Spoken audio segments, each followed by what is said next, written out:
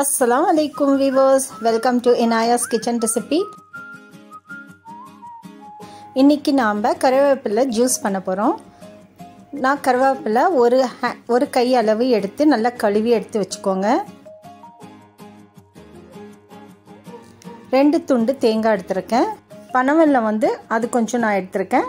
ஒரு 2 சின்ன கட்டி மாதிரி கொஞ்சம் தண்ணி எடுத்துக்கோங்க. ஃபர்ஸ்ட் தேங்காய் கட் பண்ணிட்டு தேங்காவும் பனவெல்லம் நம்ம கழுவி வச்ச கருவேப்பிலை அது ஒரு கைப்பிடி அளவு போட்டா போதும். இது நான் செய்யறது 2 பேர் குடிக்கிறதுக்கு. இப்போ நம்ம இதல கொஞ்சம் அரை டம்ளர் இல்லனா 3/4 டம்ளர் தண்ணி இதல சேர்த்துக்கலாம். இப்போ நம்ம இத நல்லா நைஸா அரைச்சி எடுத்துக்கலாம். பாருங்க, இது மிச்சம் வச்சிட்டேன். நான் ஒரு கைப்பிடி அளவு தான் எடுத்துர்க்கேன். இப்போ இது நல்லா அரைப்பட்டுருச்சு. இப்போ நம்ம இத வடிகட்டி இந்த ஜூஸை எடுத்துக்கலாம். இது உடம்புக்கு ரொம்ப நல்லது. கருவேப்பிலை நிறைய மருத்துவ குணம் இருக்கு.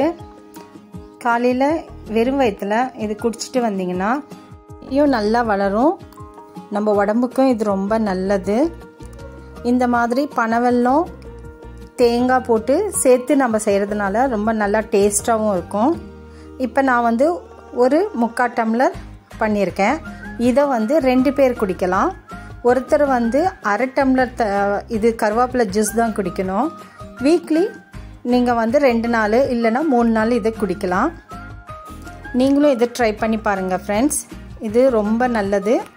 சப்ஸ்கிரைப் பண்ணவங்க மறக்காமல் லைக் ஷேர் கமெண்ட் பண்ணிடுங்க ஃப்ரெண்ட்ஸ்.